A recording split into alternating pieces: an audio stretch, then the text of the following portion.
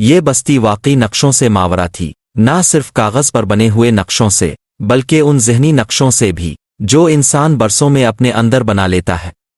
یہاں نہ راستے سیدھے تھے، نہ منزلیں واضح۔ کہا جاتا تھا کہ جو شخص ابھی کچھ بننے کی خواہش رکھتا ہو، جو ابھی اپنی کامیابیوں کو سینے سے لگائے بیٹھا ہو، جو اپنے زخموں کو شناخت بنائے رکھے، اپنی عبادت کو سرمایہ سمجھ کر جیتا ہو، اس کے قدم اس بستی کی طرف موڑ ہی نہیں سکتے، کیونکہ یہ راستہ باہر سے شروع نہیں ہوتا، یہ راستہ اندر سے نکلتا ہے، اور اندر کا راستہ صرف وہی تلاش کر پاتا ہے جو خود سے تھک جائے، جو اپنی ہی آواز سن سن کر بوجھل ہو جائے، جو اپنی کوششوں، دعاؤں، منصوبوں اور دعووں سے ہار جائے۔ جب مسافر بستی میں داخل ہوا تو اسے یوں لگا جیسے دنیا کی آوازیں پیچھے رہ گئی ہوں، نہ بازار کا شور، نہ وقت کی جلدی، نہ مستقبل کا خوف، نہ ماضی کا بوجھ۔ لوگ آہستہ چلتے تھے، مگر اس لیے نہیں کہ وہ کمزور تھے، بلکہ اس لیے کہ انہیں کہیں پہنچنے کی جلدی نہیں تھی۔ ان کے چہروں پر نہ کوئی نمایاں خوشی تھی، نہ کوئی نمایاں غم، بس ایک ٹھہراؤ تھا، ایک قبولیت، جیسے انہوں نے زندگی سے لڑنا چھوڑ دیا ہو اور زندگی نے بھی انہیں آزمانا چھوڑ دیا ہو۔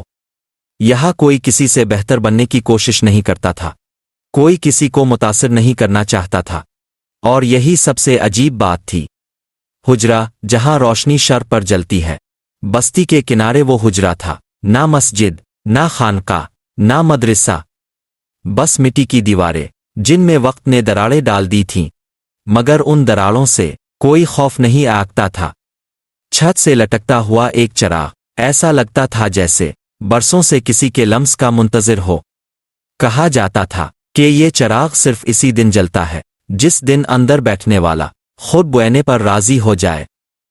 مسافر عام مسافروں جیسا نہیں تھا، اس نے دنیا دیکھی تھی، علم حاصل کیا تھا، عبادت سیکھی تھی، اس کے پاس الفاظ تھے رب کے بارے میں، نفس کے بارے میں، حق اور باطل کے بارے میں، مگر ان سب کے باوجود اس کے اندر ایک خلا تھا، ایک ایسی تھکن جو نیند سے ختم نہیں ہوتی، اور ایک ایسا سوال جو جواب پا کر بھی زندہ رہتا ہے۔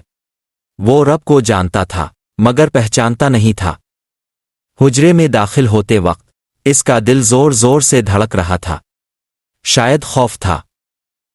بزرگ کو دیکھ کر وہ لمحہ بھر کے لیے رک گیا، نہ کوئی نورانی چہرہ، نہ کوئی روب دار حلیہ، بس ایک عام سا وجود، مگر اس عام پن میں ایسی گہرائی تھی جو مسافر کی ساری تیاریوں پر بھاری پڑ گئی۔ بزرگ خاموش تھا، اور یہی خاموشی مسافر کے اندر کی آوازوں کو تیز کر رہی تھی۔ بالآخر وہی سوال جو وہ برسوں سے اٹھائے پھر رہا تھا زبان پر آ ہی گیا، میں رب کو پانا چاہتا ہوں۔ بزرگ نے کہا، تو پھر جو تاب ہے اسے ساتھ مت لا۔